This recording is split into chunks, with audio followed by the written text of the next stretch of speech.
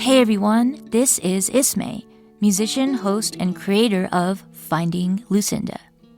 In anticipation of our documentary film coming out this fall, I've put together an in-depth companion podcast. It delves into the origins and artistry of legendary singer-songwriter Lucinda Williams. New episodes are out every other week on the BGS Podcast Network. So join me on this creative journey.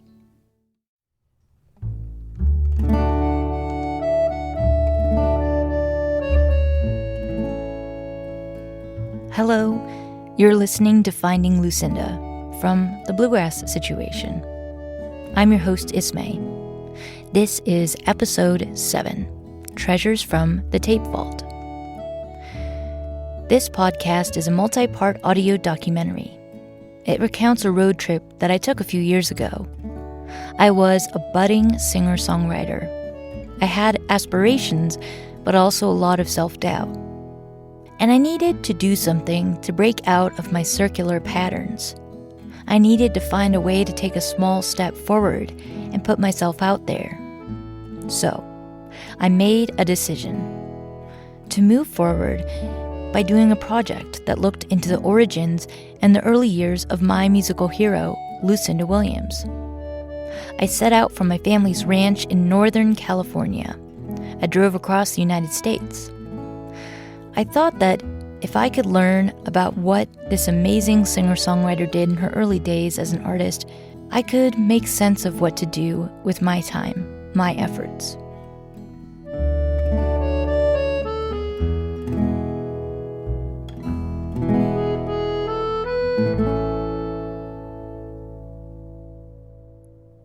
On the last episode, I made it to Malaco Studios in Jackson, Mississippi. That was the place where Lucinda did her first ever recording session at the age of 25. I interviewed Wolf Stephenson. He was the engineer for that session. Through speaking with him, I learned a lot about what Lucinda had been like in her early days. He told me about his impressions of her back then. He told me about how she had this boldness, this purpose, this confidence. Amazingly, though, something even more exciting than finding out Lucinda's history with Wolf came up while we were doing our interview. He told me that he had something to share with me, something that I never expected to encounter from Lucinda's early days, something he had found deep in the archives. And that something is the subject of today's episode. Treasures from the Tape Vault. After our interview, Wolf and I ate red beans and rice. Then we made our way over to another building, the concrete vault that had survived the 2011 tornado that destroyed the rest of Malaco Studios. If you look at pictures of what happened to Malaco during that natural disaster, you'll see a stunning amount of damage. The whole campus looked like a landfill for construction material. Shards of wood stacked on pipes, above insulation, amongst broken glass, on wet ground. So, going to this tape vault was all the more amazing because it had survived.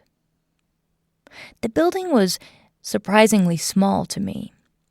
Considering the importance of what it contained, I guess I'd figured it would have been bigger. It was about the size of your average American Starbucks. Inside, the building looked a lot like the library archives I had visited in Austin, Texas. High ceilings, tall, dark gray metal shelves, concrete floors. Once we were inside, Wolf joked that if another tornado was coming through, we would be safest right where we were.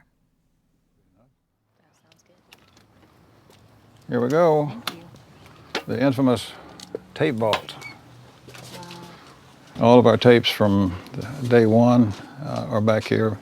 Video masters over here, audio masters back in the aisles, going all the way back to when we started in '67. Both quarter-inch tape masters and the 2-inch masters. Wow. And every single one. there were a few that were lost in the tornado, but most of them are here. We had a few that got so wet they couldn't be saved. Okay. Well, let's ease back and see if we can find something we're all interested in. Yeah, Lucinda stuff. I know it's in here. So what's hers on? Is it the quarter-inch? Quarter-inch, yeah, because she cut it live. Wow. And it's been sitting in here since 1979? 78, recorded in 78, came out in 79. You want to see what we can find? Yeah, tell me where it is. Which aisle do I go down? I think hang a left right here, or left. Represents a lot of years in here. Wow. Well, look here. Who do we see? Ooh, we got Lucinda. There we go. Wow. Those are two originals. Yeah. I've heard like Wolf often got tapes down from the shelves. That's because one of his jobs at Malaco was digitizing old sessions. He would pull tape that he hadn't listened to in a long time. Then he'd sit for hours at the machine, splicing and gluing. And he'd make sure that these songs could be put into a format to last for another generation. However, it seemed that in spite of his hours and hours and hours of digitizing and reviewing old tape, he'd never listened to Lucinda's recordings again. It had been about 40 years, and he'd never reviewed them. In order to prepare for our interview, Wolf made his way into the section of the archives where Lucinda's tapes were held. And so when he was listening to them for the first time in all those decades, he realized there was something odd about what he found in the Lucinda section of the tape vault.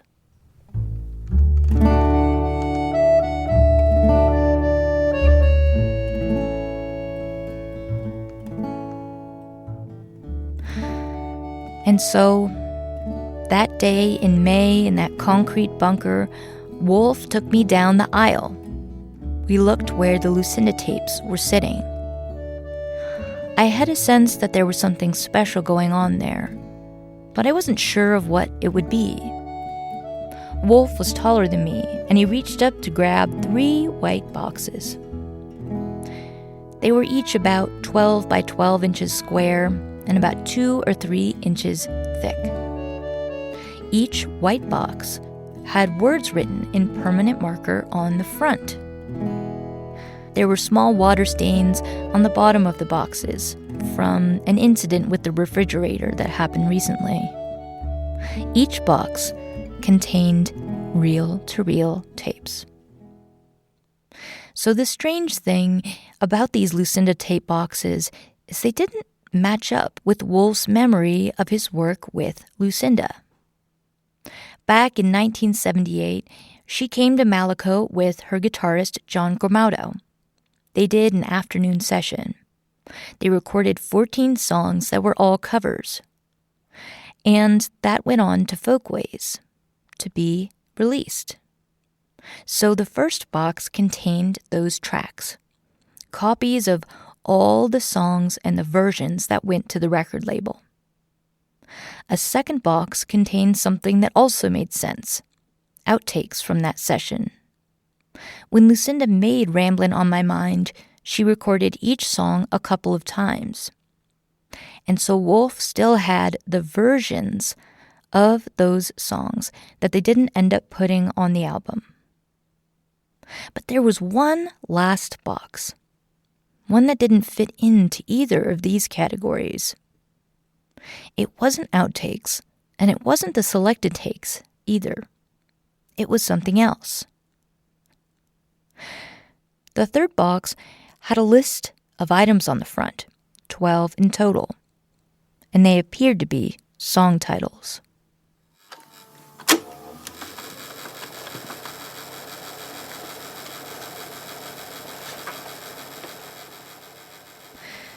In the middle of the concrete tape vault was an old reel-to-reel tape machine.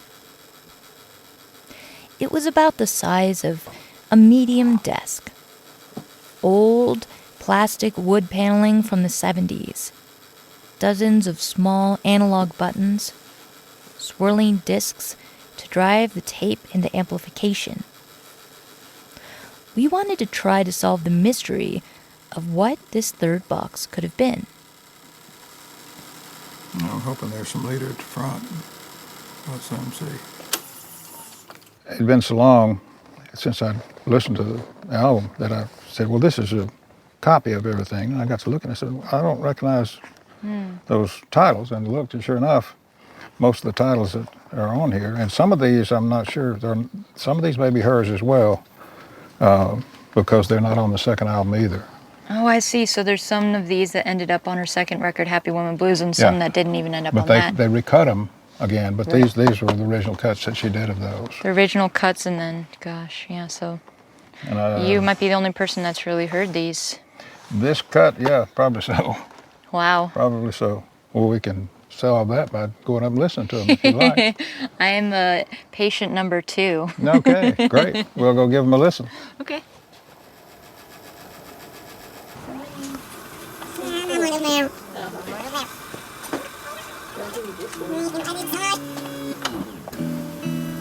John wants to do that one again. Okay. We'll do it again. So here we are. So do you have the track list on this one to look at? Yeah.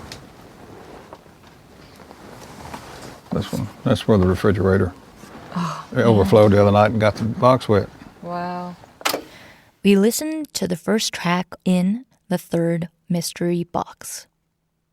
It appeared to be a song called Ramon. I had heard this same song in the documentary about the music venue Anderson Fair. The song had a triplet rhythm.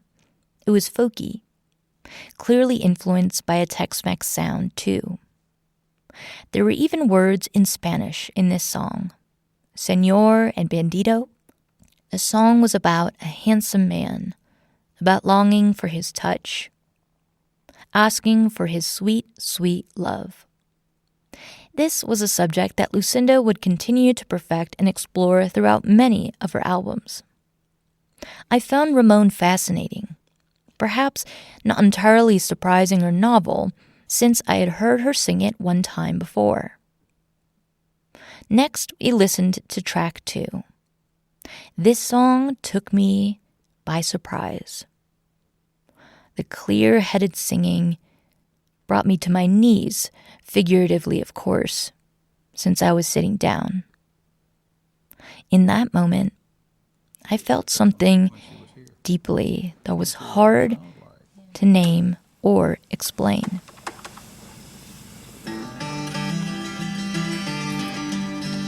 I remember it.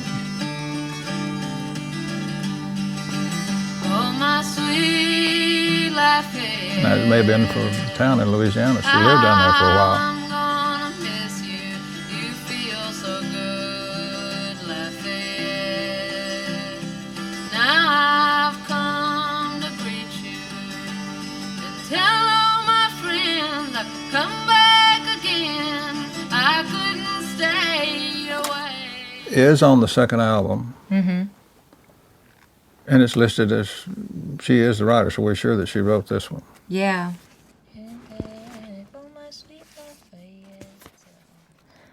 As Lafayette played, I raised my hand up to my face. Tears came down. I was crying.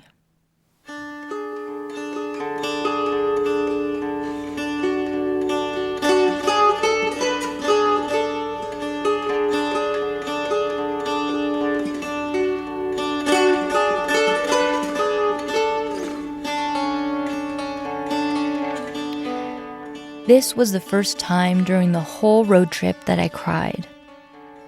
I think it was even the first time Lucinda had made me cry. Something about listening to her perform Lafayette struck me very, very deeply. It gave me realizations about my music, my creativity, my self-doubt. But in that moment, in the vault, Wolf and I didn't pause to address that feeling yet. Wolf was ready to move on to the next track, so I took a deep breath. and wiped the tears from below my eyes. The third track was very intriguing, a song called Full Moon. It was lilting, groovy, and slow like molasses, swampy almost. And somehow that song was really familiar, but I couldn't quite put my finger on why I felt that I already knew it. Was it that she copied a popular folk band from that era? Was there an old traditional ballad that it reminded me of? And then I realized what I was hearing. Full Moon was not a copy. It was an antecedent of a later Lucinda song. This song sounded just like a track from Lucinda's later album, Sweet Old World, that came out in 1992. It sounded like an early version of Sidewalks of the City. The chords, the groove, the melody. This song, Full Moon, never appeared on any other albums or radio sessions. And we'd found it in this mystery tape. And it showed how Lucinda was developing her sound. When she did this session, whenever it was, the feel, the vibe, her own style was starting to grow. All right, let's see, we got... She's just so good. It's like you're stepping back in time. And it is for me, too. Seems like yesterday that we were sitting at the console and Tom Royals was sitting right next to me, and off we went. We had a good time. Yeah, it's just crazy. It's like, it feels more real than hearing it on a computer, you know? Yeah. She's a real person then, too. I just realized something interesting. It sounds like she's playing by herself on all these songs. It sounds like several of them she is, and maybe all of them she is. And the thing is, when I talked to John Gramato, who played with her, he said he hadn't really, I don't think he heard her play originals, so it seems like the first day they played together, and the second day she did by herself. She didn't play with them. That's what it sounds like. It sure does. So she was kind of like maybe hiding her own music. The other reel over here has got more of the ones that were on the LP. Yeah, and maybe she wanted to record these, but she wasn't ready to play them with John. Yeah, exactly. Now, the next one, of course, is on the second album. We had listened to 3 tracks, and we realized something about this mystery box. These songs only had Lucinda playing on them. There was no John Gramato. This was not from the same session in 1978, Ramblin' on My Mind. These were different songs, just Lucinda, no other players. And it had to have been a different day. But Wolf didn't remember anything besides that single afternoon recording Ramblin' on My Mind. And through my years of research, I had never found any reference to many of these songs written on the front of the box or this session at all.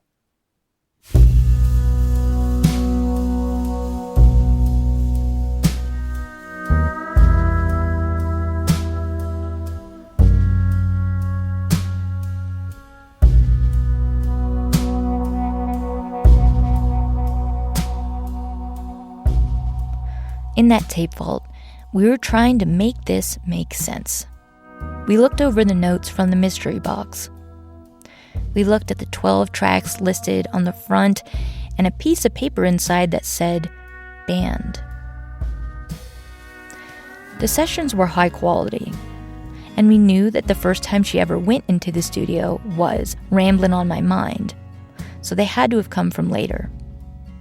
Plus, Lucinda's guitarist John Gramato had said that she was just starting to write originals back when they played together. The songs were definitely recorded at Malaco Studios.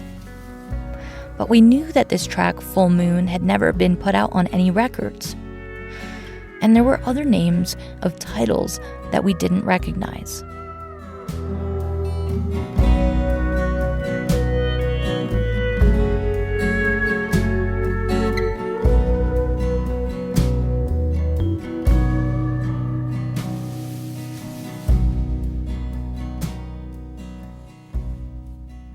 So, Then we were finally able to put together a theory of what was in this mystery box.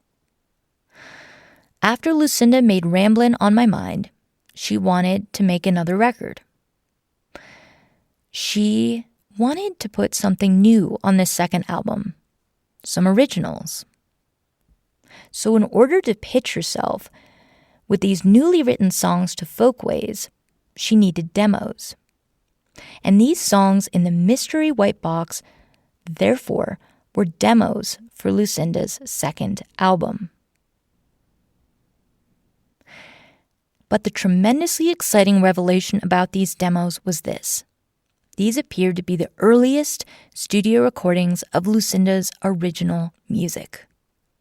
And this box included songs she never re-recorded. This reel-to-reel tape had been sitting on the shelf for 40 years. There were performances and songs on this tape that no one except Wolf, the engineer, Lucinda, and maybe the executives at Folkways had ever heard before.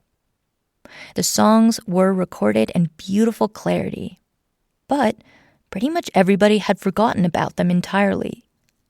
And in my journey to find Lucinda, I had happened upon them almost completely by accident.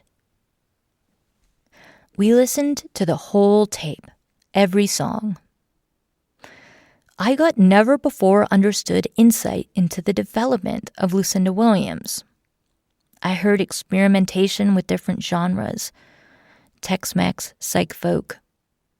I heard attempts at writing about different types of subject matter, from parties to the natural world to rejection. I heard experimentation with different combinations of simple words to make poetry. I heard the beginnings of Lucinda's unique writing style, one that she would eventually master. I heard how she was drawn towards the subjects of intimacy and the scenery of her upbringing in the South. Out of these 12 tracks, in the mystery box, I would break them up into 3 categories. First, covers. She did one cover of The First Time Ever I Saw Your Face.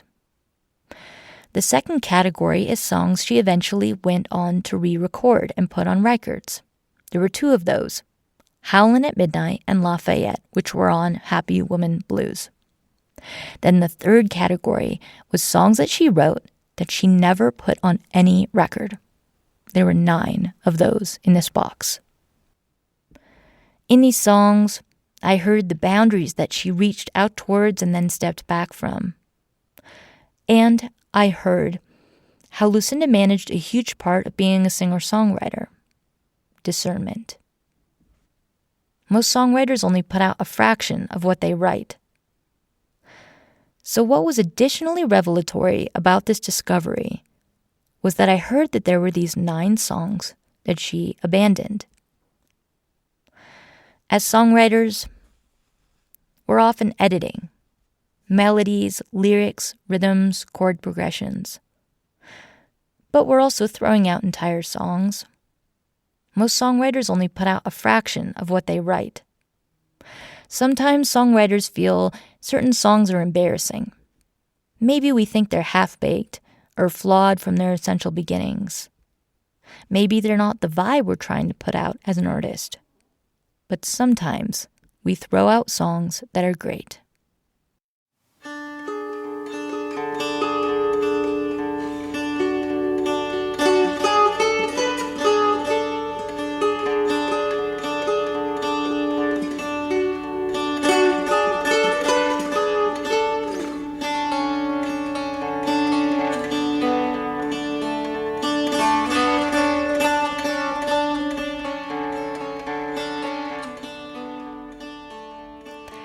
Out of all these 9 songs, there was one that truly intrigued me.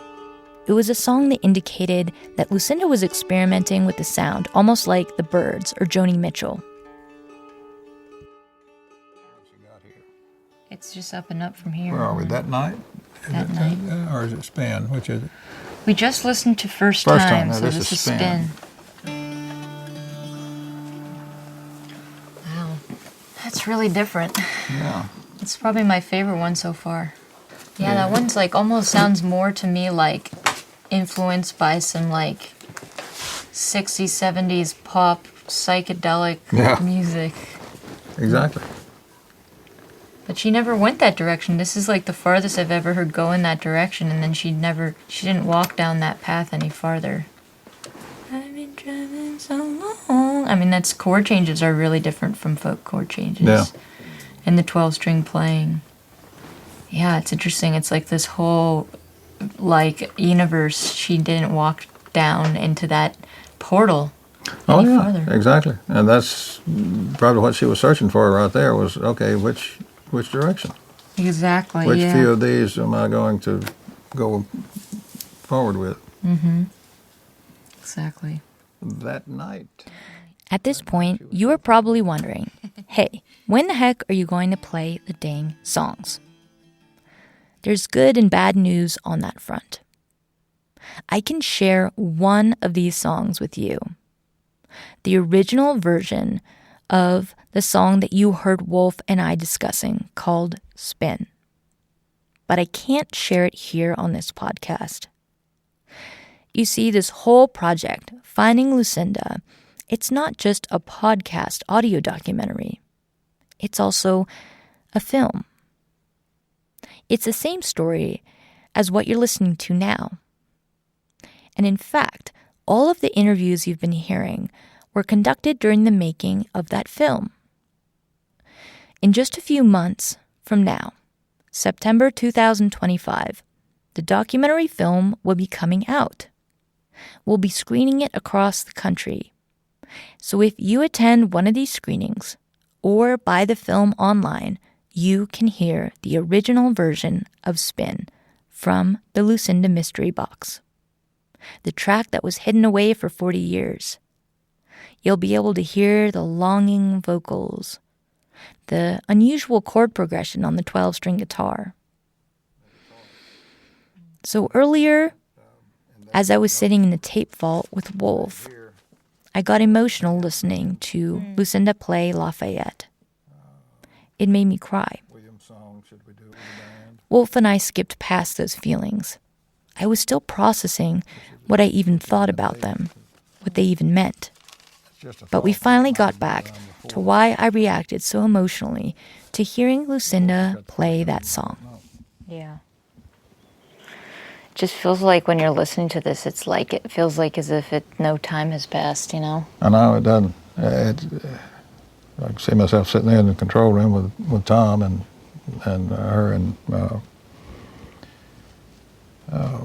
John out there playing.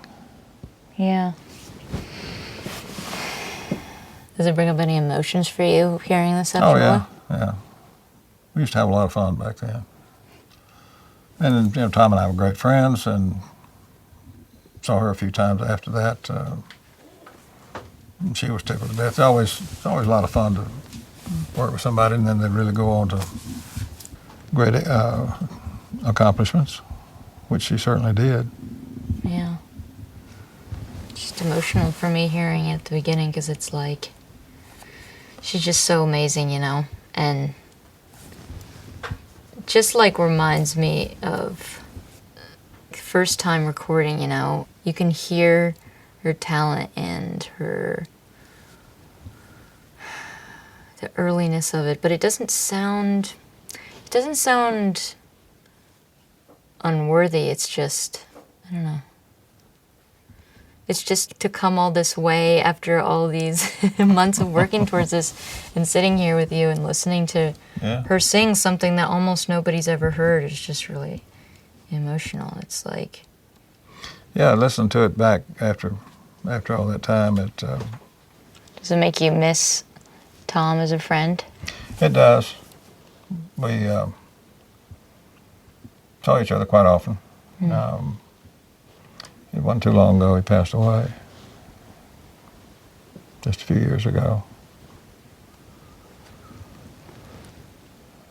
He was a good friend and a lot of fun to be with. Yeah. That's the thing that's interesting about music when you hear it, especially on this tape machine, is it's like I said, it brings you to that moment more so than listening to it any other way. It doesn't feel remote. It feels very real. Oh, and this is the tape that was there, and Right. all that magnetism was created right there at that time, and really hadn't been anything done with it since then. Yeah. Yeah, it's just like, it's just so cool hearing somebody that's so into what they're doing and so good at it and has like a purpose, and it makes me a little sad when I hear it, because I think for myself, I struggle more like maybe than she did with that sense of being needed, like in music, you know? Like, I don't know how she really feels because I haven't talked to her, but it's just it's just to hear how valuable it is to listen back to these things that were never shared, and then to realize how much I hold myself back is just kind of... Yeah, I mean, you heard her make some mistakes and such, but she went on to get past that, and here we are all these years later, she's still at it. Yeah, she just didn't give up. Did not. She didn't give up. But she certainly went past the wishing something would happen stage to making something of it when it did. Right, and she went for it, and she's just a powerful artist. She's not powerful because she's perfect, like she doesn't sing perfectly, she doesn't play perfectly, she's just powerful because she just is herself. She got a lot of soul in the voice too. And Yeah. that just, the emotion carries through. Yeah. And imagine if imagine if she had never picked up a pencil or whatever and started writing any of those songs. Exactly. A lot of people, that's what happens to them. They don't get even to writing the first song, and, you know, stars aligned for her and made her compelled to write, just like her dad did. Absolutely. He and Tommy used to talk about him all the time. And he said she's a great songwriter and performer and stuff, but he said her dad was really where all that came from. He was a really talented writer. Yeah, it's definitely was a good mentor to her. It's rare to have a parent that's such a good mentor to their kid as an artist. Mm-hmm. That's hard because you have to stop bossing them around. Yep. But luckily, sure. I feel that way about my dad. He's good about that. That's great. Well, I'm certainly glad it turned out that you were able to hear all of these, because until I looked at them for the 5th or 6th time in the last few days, I said, now these are not on the album, so where did they come from? Mm-hmm. I listened to it again, and it's very interesting. Yeah. About out of half, you're right. That's got to be a real special feeling for you to have followed her this long and come back and hear some of the stuff she was doing when she was right at the first. Yeah, I mean, it's amazing. It's having listened to her since I was a kid and having been kind of studying her story for the last couple of years. It's just like that moment when you turned on the tape was just like, I don't know. It really made me feel something that I didn't expect. Well, that's great. That's what you're supposed to get some of those along the way. Sometimes I'm listening to a song and then I have to stop and sit down or stop what I'm doing because it really gets to me. I think what it was when you played the tape is that I felt like that feeling when you're sitting in the studio or sitting somewhere and you hear somebody play music for the first time and you're like, wow, that's what it felt like. And I think that's what I want for myself, for other people to hear. But I also feel very, self-conscious about it always. And I think I resist connecting with people in a way over my music. So it's emotional to be on the other side of it. And for me to feel so much power coming from hearing her play as if for the first time. And knowing that might be how people might feel when I get to play for them, I would hope. Sure. And it's just not a bad thing. I don't know, I I think I also, like, withdraw from people being, like, more open with my music because I'm afraid of feeling connection to people. I don't know. I'm afraid of feeling too seen or, like, too much somebody liking me. Isn't that weird? Well, you got to know that your song, you let them have your songs as a gift, Right. to make them feel better and to move them. Like listening to hers moved you somewhat. That'll happen to somebody else someday, just because of something you're playing, something you've written. Yeah. And that's it's just kind of responsible to make you feel responsible for something like that. Yeah.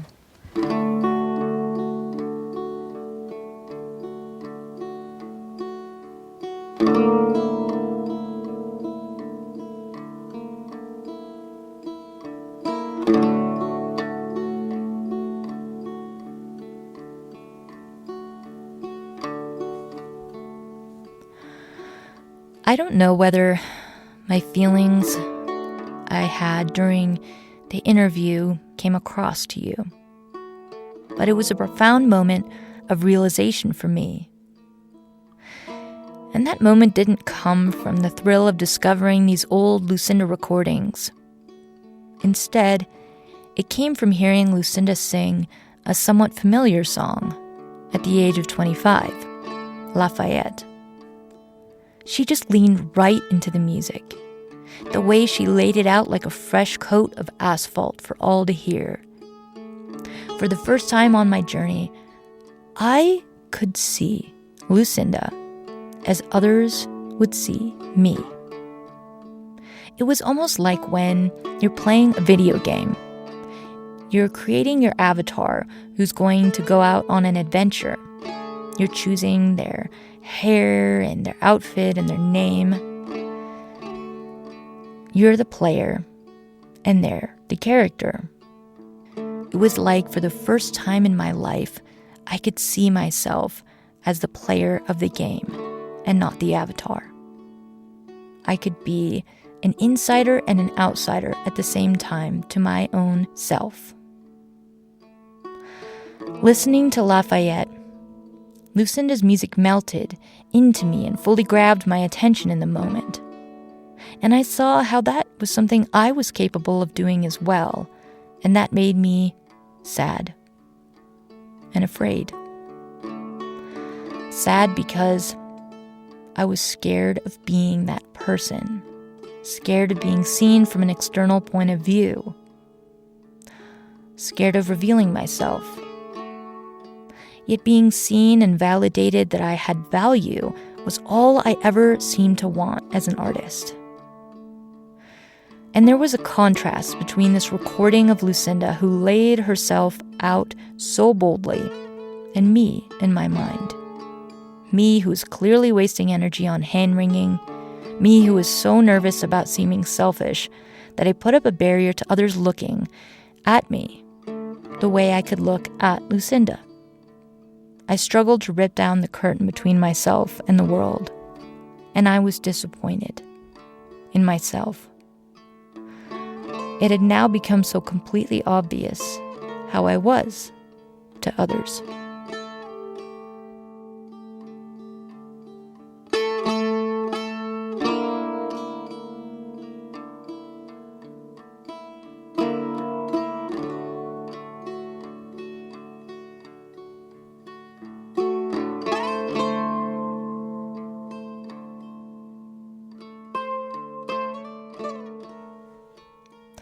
We closed the door on the tape vault and walked back to the recording studio.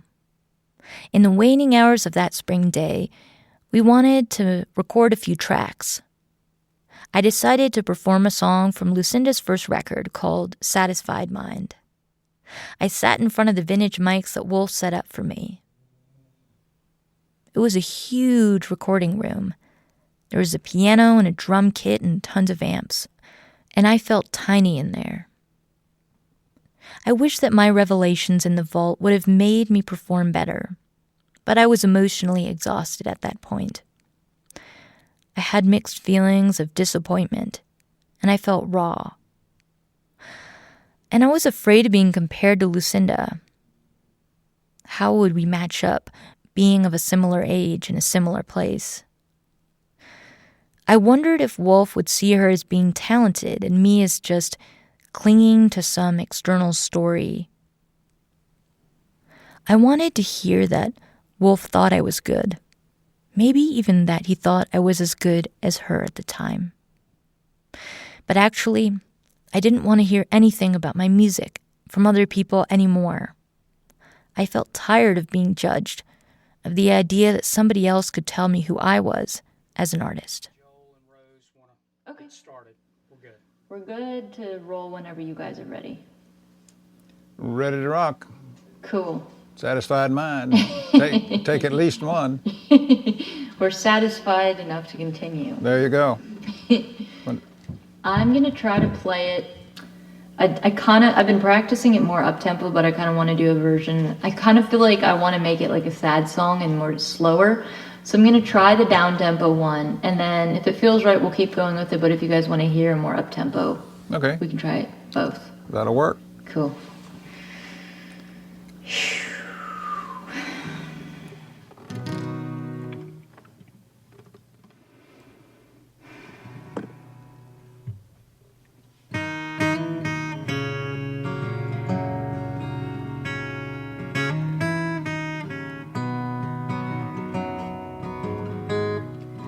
How many times have you heard someone say, if I had his money, I would do things my way? How little they know that it's so hard to find one rich man in 10 with a satisfied mind.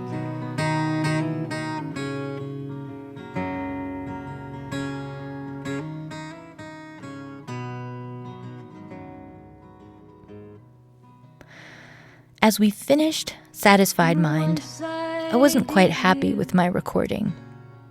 Maybe I was too in my head. That's what I'm talking about. Trying to be myself over here. Figuring it out one day at a time. That's a good one. Thanks. I like the phrasing you did on the satisfied mind. It stayed right in the meter. Sounded good. Thanks. Well, I wonder if I was thinking about doing an original song too. Add on to it. You run down a bit of it, or which, or you need to? Just want to go for it? Yeah, I think I might switch guitars. Okay. Won't be a problem. Okay. So next, I recorded an original I was working on during the road trip. I left the studio as the sky went dark blue and then black.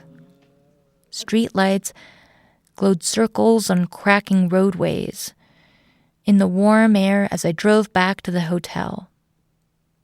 This day at Malaco was the pinnacle of the road trip thus far, and I had a huge realization. I saw myself from an outside perspective. That had never happened to me before. It was otherworldly and grounding at the same time.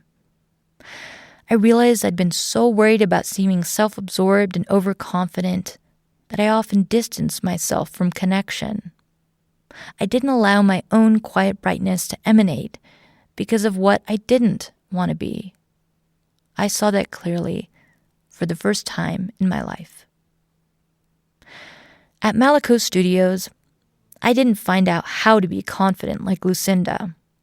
I didn't find out her secret one little trick because I realized that maybe I wasn't really like her. I was different. Maybe fundamentally different. I wasn't sure. But I did get to find out, in a way, how others saw me. And it wasn't a bad thing. Actually, it was the break that I needed. I found this new understanding of myself oddly comforting. oftentimes in the past, I'd internalized other people's criticisms that were not helpful. I was too shy, or I wasn't bold enough, too quiet or too weird, too earnest, too cute, too whatever. But seeing myself clearly through Lucinda, I wasn't too anything. Not my character or my essence. I didn't need to crush the bad parts of myself. There wasn't something wrong with me. I was just afraid.